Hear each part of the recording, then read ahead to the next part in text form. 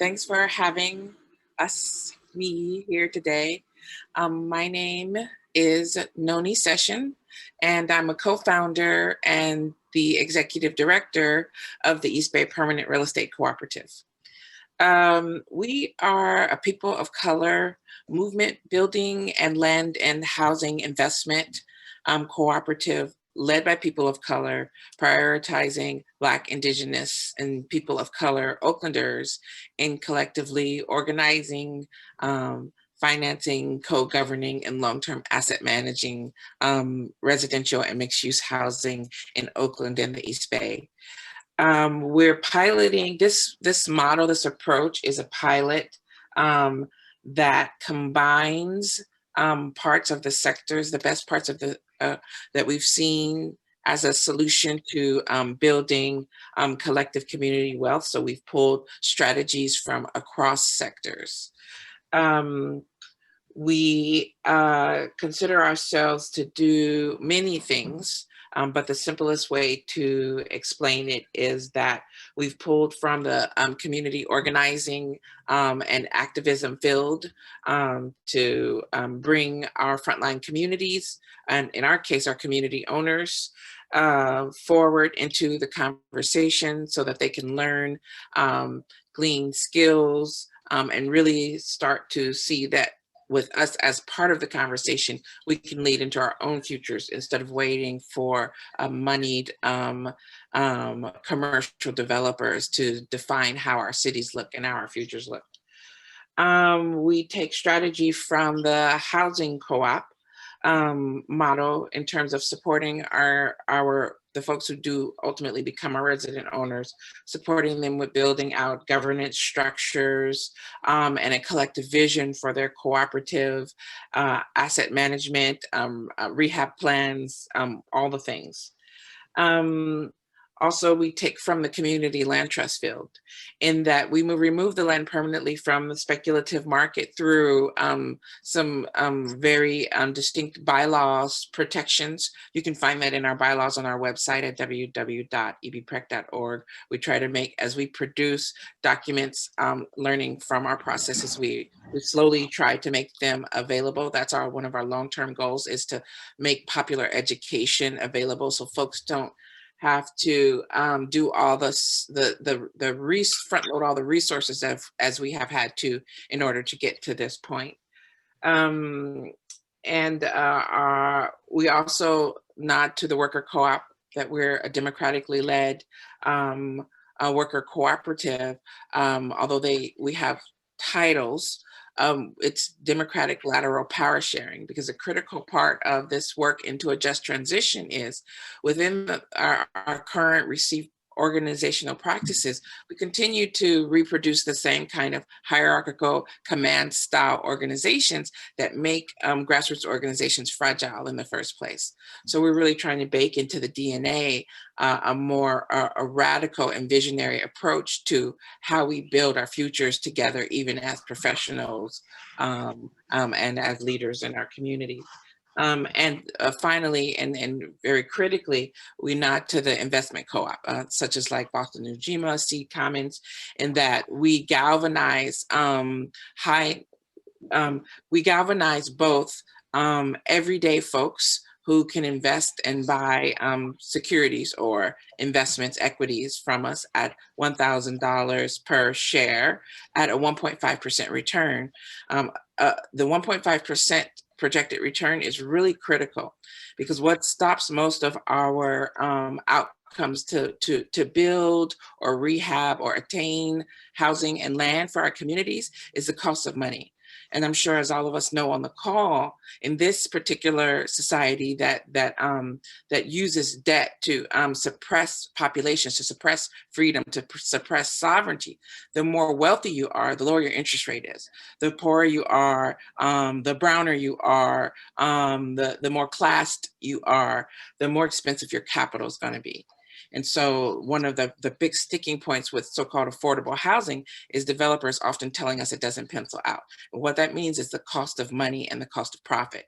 So in the way that we do our investment work, we galvanize small net worth folks, and then we organize as well large net worth foundations, community CDFIs, mission-aligned banks, philanthropic investors to transfer capital into our investment fund so that we can then buy land and housing with resident owner organizing communities that we help get to the point to have a project that's ready for investment and can give a modest return and also support their livelihood and their vision for the future.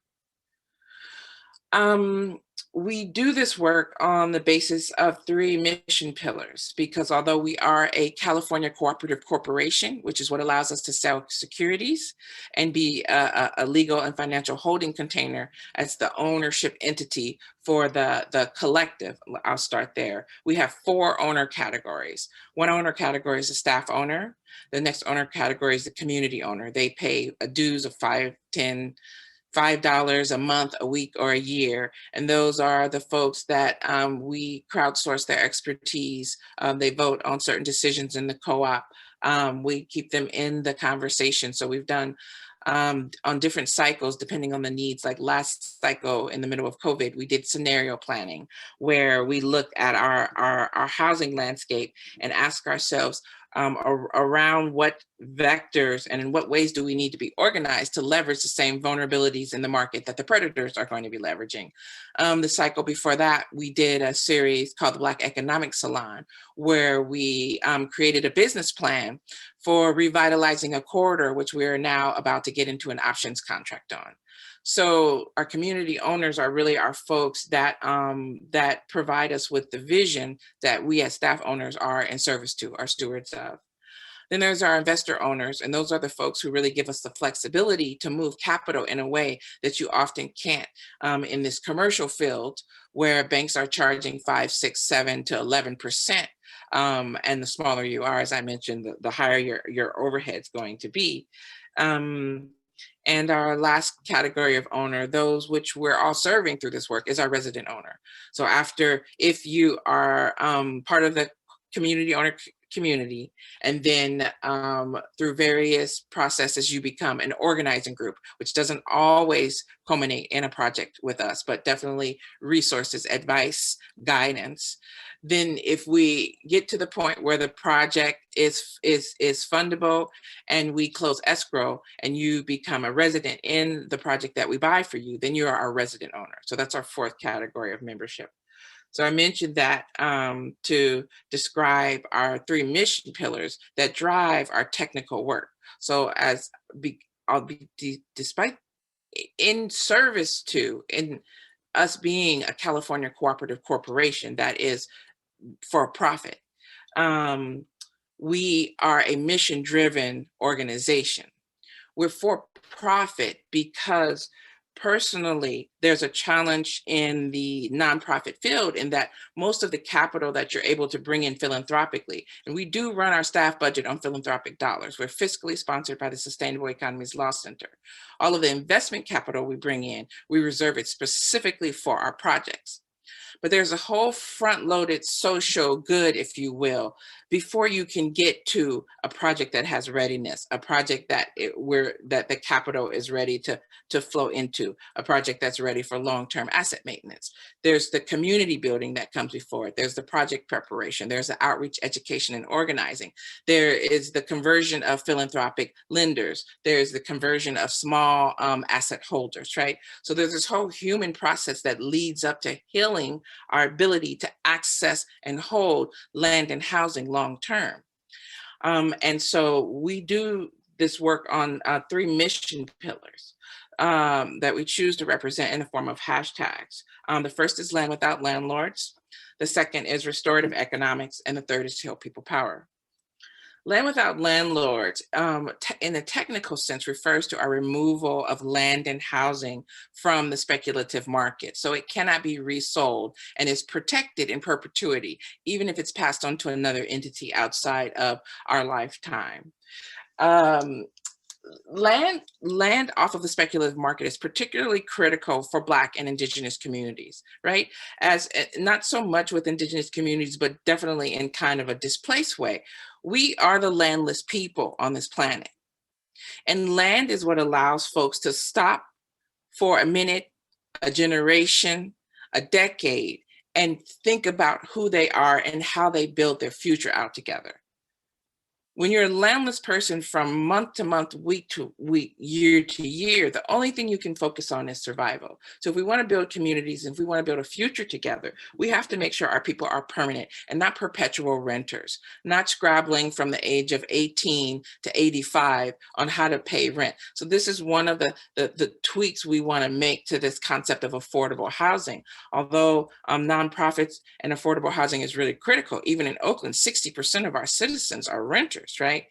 The challenge is that when you bring the government subsidies that may cause a new build to pencil out, the power and the asset is still cloistered among often white executive directors and 80 to 93% white boards. So people get relief from the ravages of the street, and yet are still in the lifelong cycle of paying rent to someone else. We own 2 projects and are on the threshold of signing an option agreements for our 3rd project, and we're in our 3rd year, and we've saved our renters $82,000 just from building projects where the money costs 2% instead of 7%, right? So that means that their rents are at about $820 instead of $1,300, $1,500. So our median rent right now in the Bay Area is $2,500 to $3,300, right? And so that returns to the cost of the money. Our second mission pillar, restorative economics, really popularized and elaborated upon by a really brilliant thinker, Namaka Agbo, who is now the CEO of the Katali Foundation, one of these foundations really experimenting with deploying non-extractive, that is low interest, supportive capital to community-led projects in a really radical and non-dominating manner, which is unusual for foundation capital, as we all know. Restorative economics really thinks about not just the visible loss of value and assets from communities, but the invisible extraction of assets and value. Commercial space, business skills, inclusion in conversations, skill sets, mindsets, social and civic empowerment, social networks, right? And so the part of our work that might resonate as nonprofit work is the work that draws our community back into their self-determination around our future by transferring resources to them. Dollars, but also relationships, networks, conversations, language, right? And our final mission pillar, Heal People Power, refers to what I mentioned earlier around thinking about how structure and infrastructure really is a strong determinant of the future power and health of the organization itself. If we're moving to this place of just transition, we can't just reproduce the same tools and practices that got us here in the first place.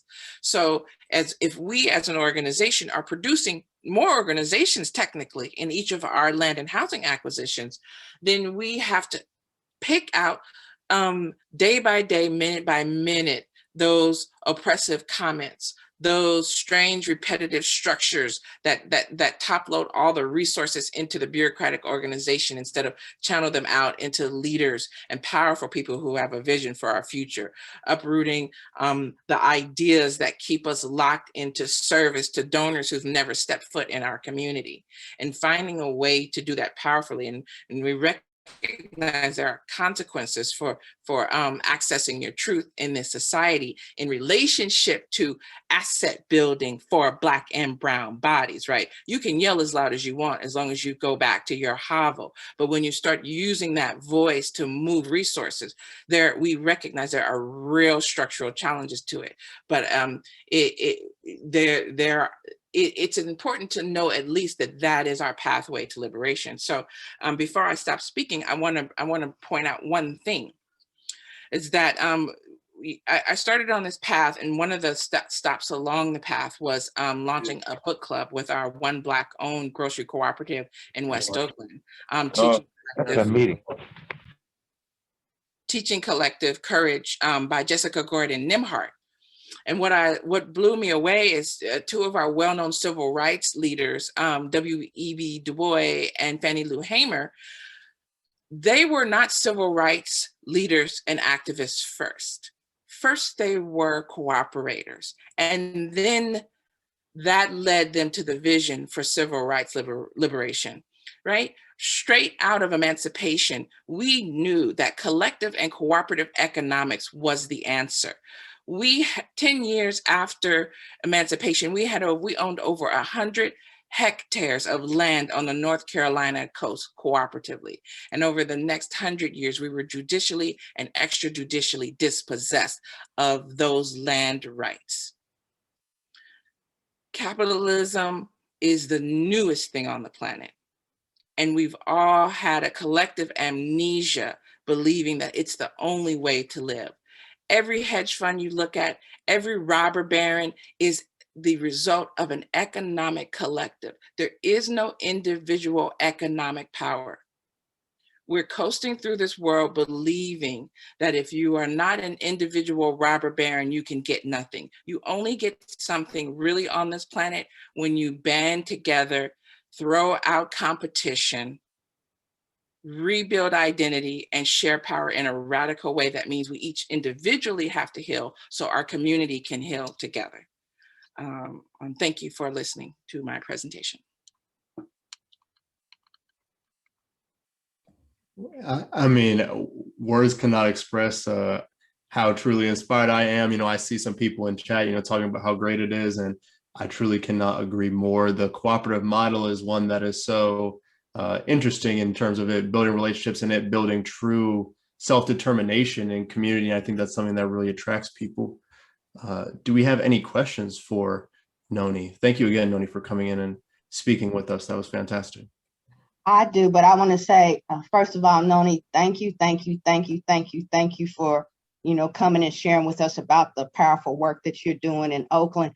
And I put in the chat, props up to Jessica Gordon Nimhart.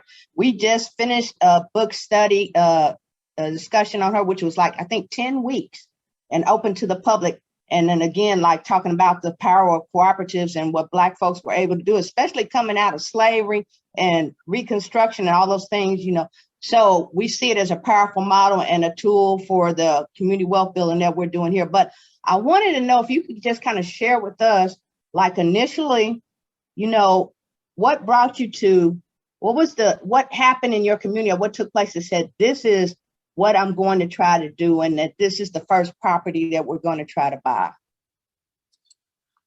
It's a bit of a long arc because, the thing is to get to this place, there has to be a lot of really committed technical assistance to get you here, right? And I want to expand this idea of technical assistance in this comment I'm about to make.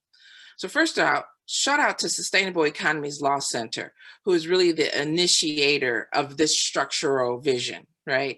Janelle Orsi as a co-founder. So please go check them out at www.theselc.org.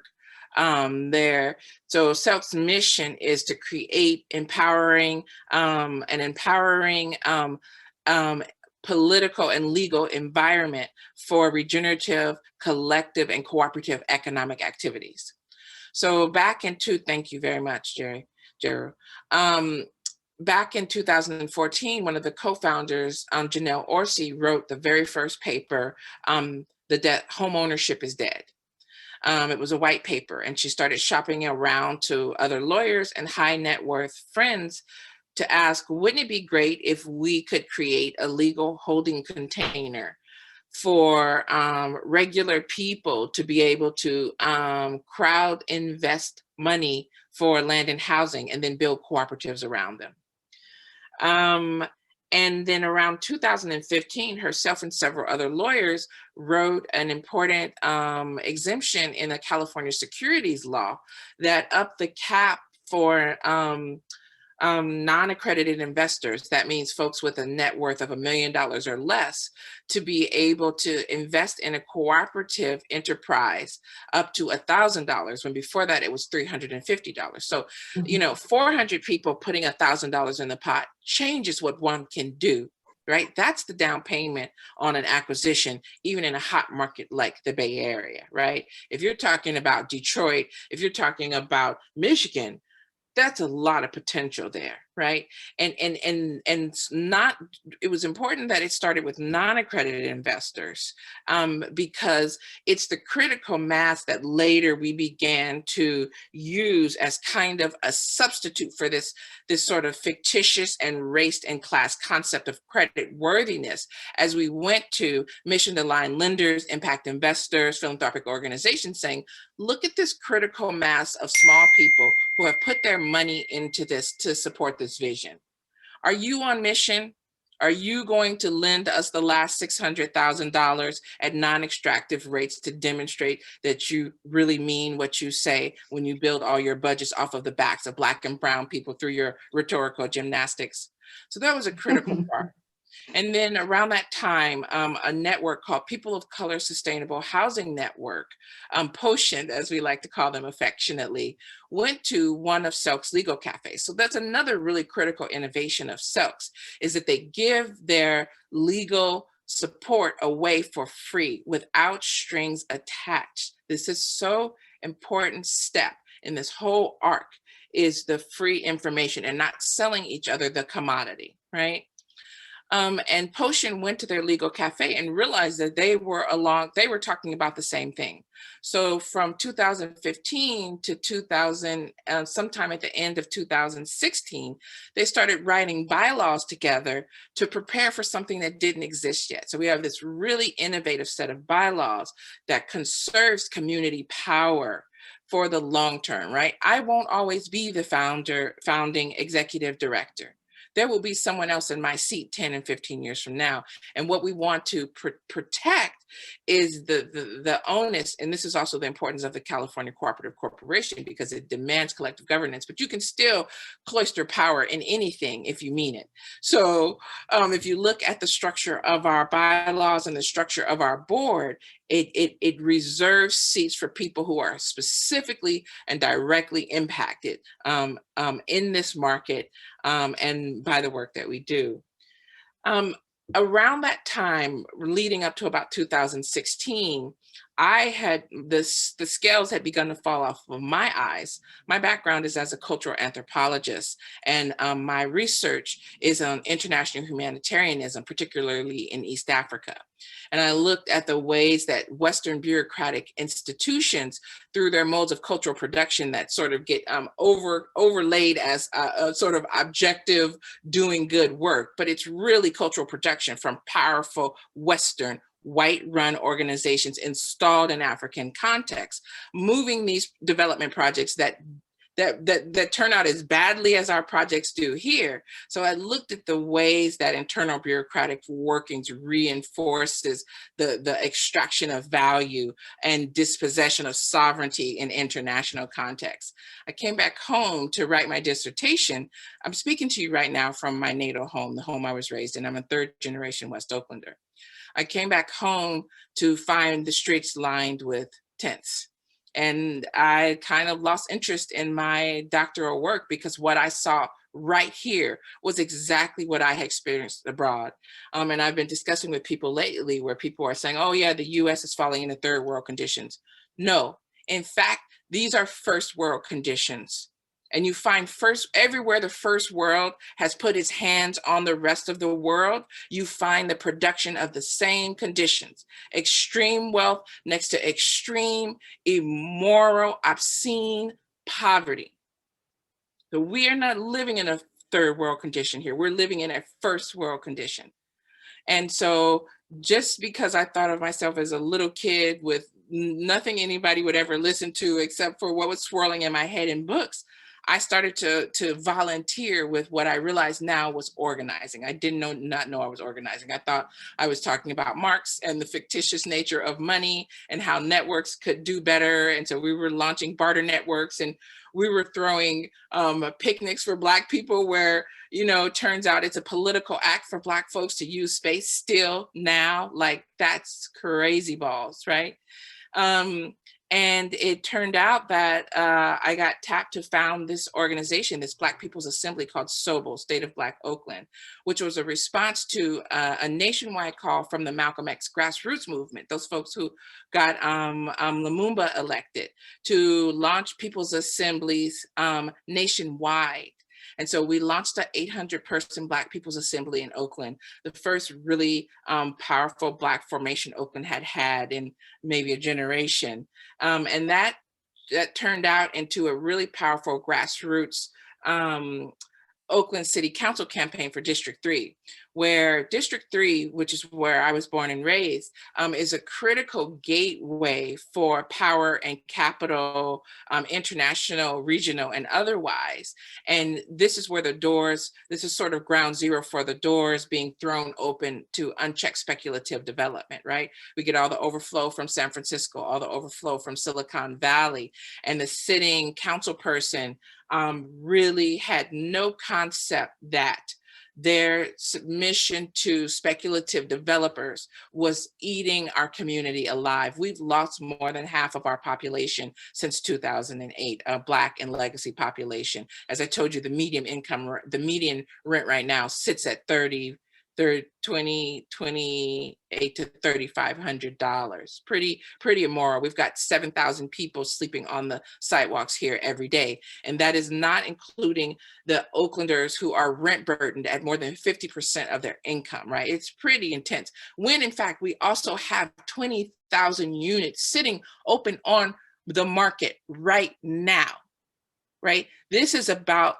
prioritizing the market over human need. And we had city leaders who don't believe that we have any moral or ethical right to demand that these asset holders, these robber barons, make space available, but instead starve our communities out as they speculate for a future higher price. And so as I ran this campaign and knocked on my own community's door, I got more and more incensed about what became clear to me, what I just explained. And I'm like, these folks are running games on us. There's another way. And at the time, I was also doing some community development work with Mandela Grocery Cooperative, which really being hands-on with folks who were from here and trying to build a business.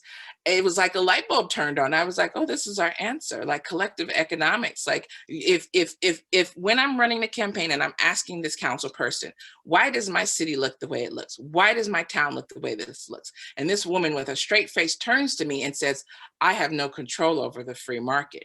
Well, then the answer is that we become market actors and we contest the market ourselves. We do not need permission from city leaders who consider themselves so impotent as to allow any profiteer to walk into our city space and buy and do what they want without regard to the people who live, work, and exist there and have held space for generations.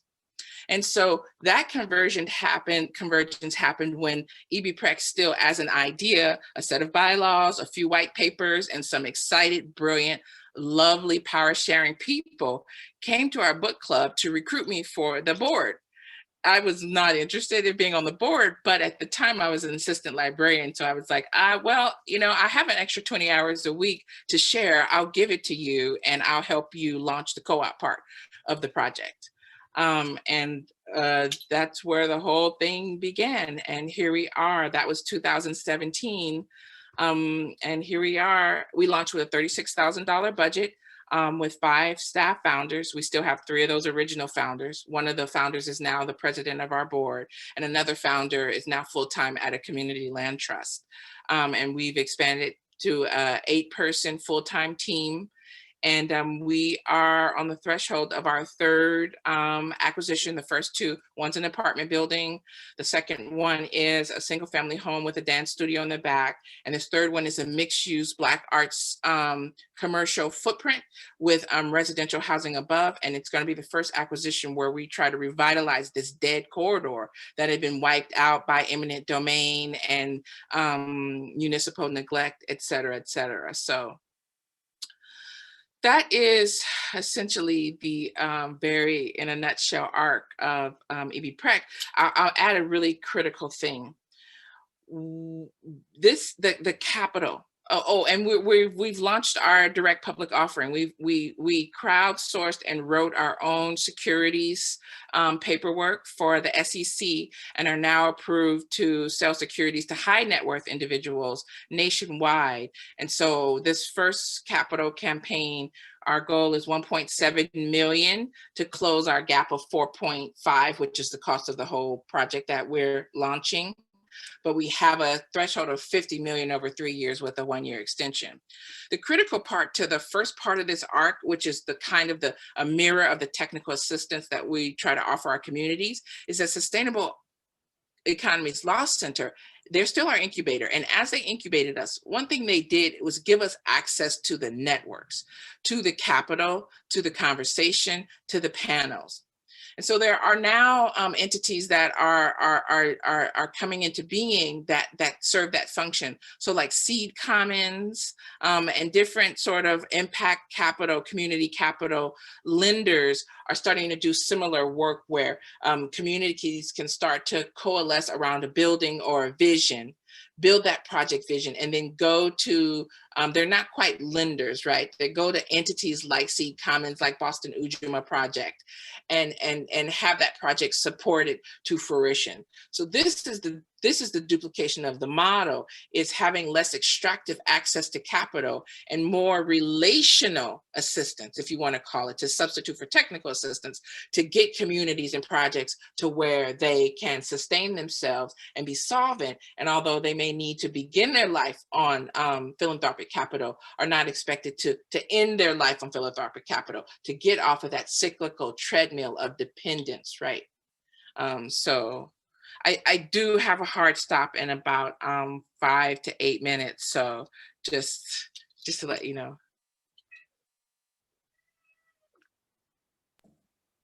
No, that was absolutely fantastic. And I think we might have a couple questions, but you got a lot of people looking to connect with you. So I'm definitely going to encourage you to drop your email. And if all of our panelists could drop their emails, how everybody could reach you today in the chat, that'd be fantastic, because I'm sure there's a lot of people wanting to share some of that social capital and get some of those collaborations going.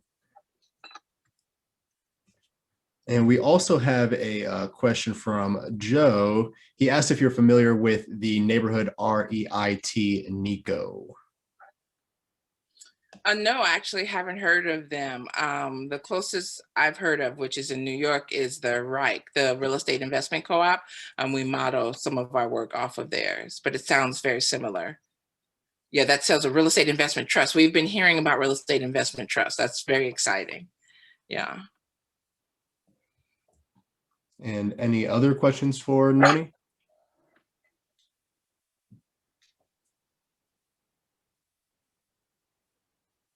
Yeah, I can't think of many either. She was pretty thorough, huh? Not only was she thorough, just inspiring, my dear, just inspiring. You know, here in the masses, in the community, in the neighborhood, on the ground, with the troops, you feel like I want to be involved. Individuals feel I want to be involved in something that makes the future better for the community, so that as I'm in the community, life is better for all of us.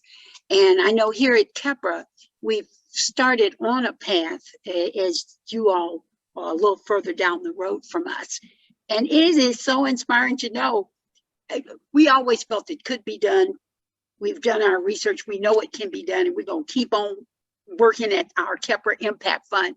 But to hear you speak, you know, it's like it was some kind of magical thing that came together. So I agree. So tell me how you feel about, we can see your excitement about where you've come to, but were there some places along the way that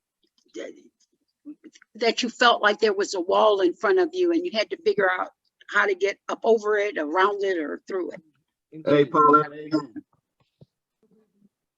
Hello? I said amen. So Noni, could you speak to that?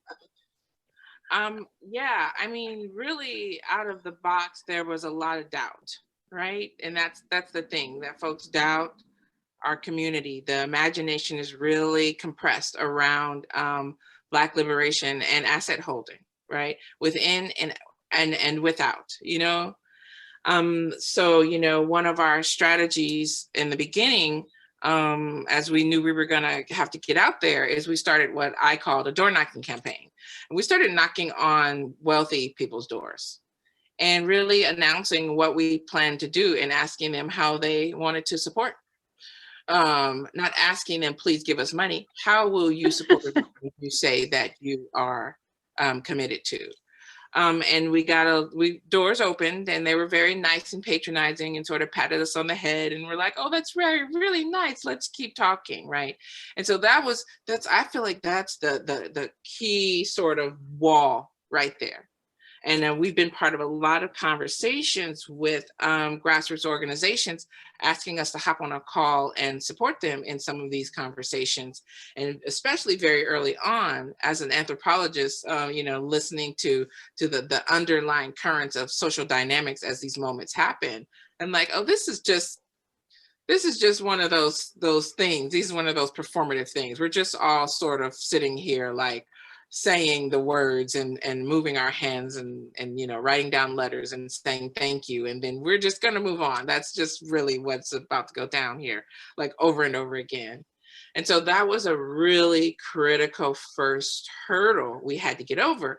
And what I do always recall for myself and to others is we had the benefit of having a white organization pushing us into the center of the field who had the legitimacy that often Black and brown organizations can't garner almost no matter what they do, right?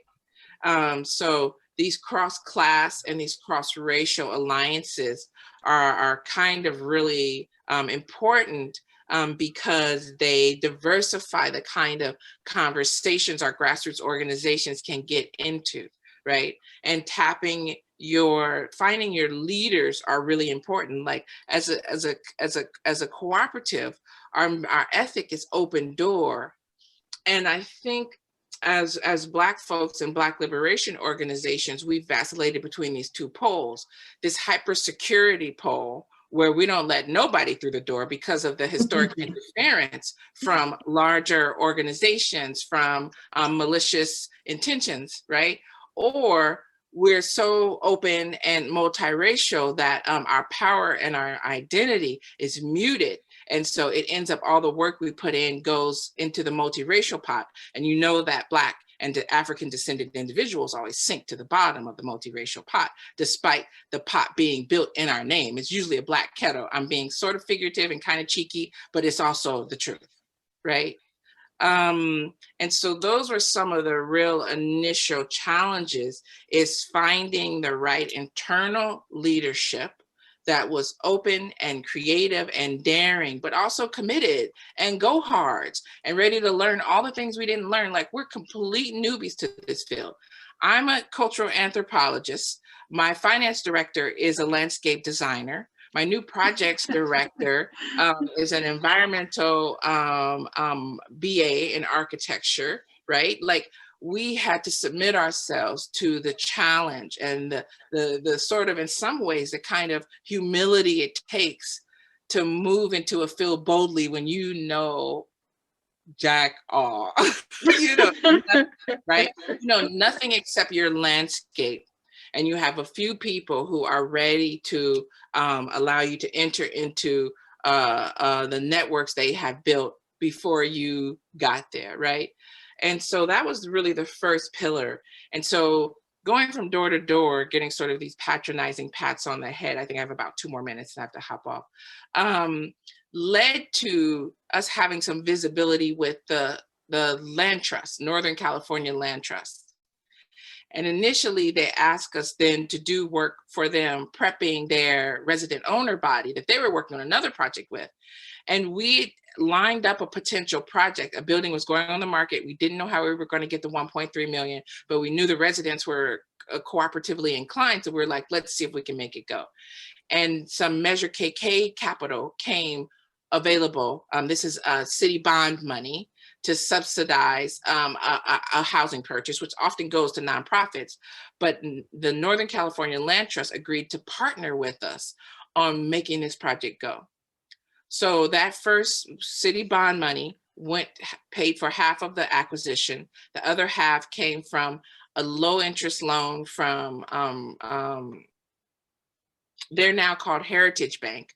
And so we're talking like 4%, which is still not low, but it's not the new market that was at 6 or 7 at the time. And so we're still working on bringing that into full ownership under our belt with potentially another set of Measure KK money. But we had to get our chops up as a developer. We had to get our chops up as wading through these very complicated application processes. And so that meant that other partners across the field had to share information with us and transfer their strategy and their technique to help build us up. And so that's what I mean about the front loading of this, the technical assistance to get us here. So the key is what we're trying to figure out is how to really make these things I have to say to each person in words to help you understand the gritty steps. But there are some ends there, some places where we can press our lever and open up resources, how to sort of scale the thing that right now I have to go, like y'all are a door, right? I have to go door to door explaining. So we're trying to figure out how to build out our popular education arm so that this can be, and by the way, I'd be really grateful if you could send me the recording of this, because that's part. So those were some of the biggest barriers. I think the next biggest barrier after we got our project through, besides for the internal infrastructure, right? It's hard. People say things that bother you, rub you the wrong way. Somebody has a habit or they don't show up the way you think they should show up. And a lot of times our grassroots stuff falls apart just on the basis of small conflict, interpersonal conflict. So we had a whole arc where we had to work through our interpersonal stuff, right? That's institutional stuff. That's the stuff of our future that makes or breaks our future. And then I'd say our last biggest hurdle was like moving from a small pot of capital for a small project to figure out how to expand our access to capital so we can scale more quickly, right? It's hard to organize people around the hope of land and housing when it turns out it takes 1 to 2 years to get a residential project moving, right?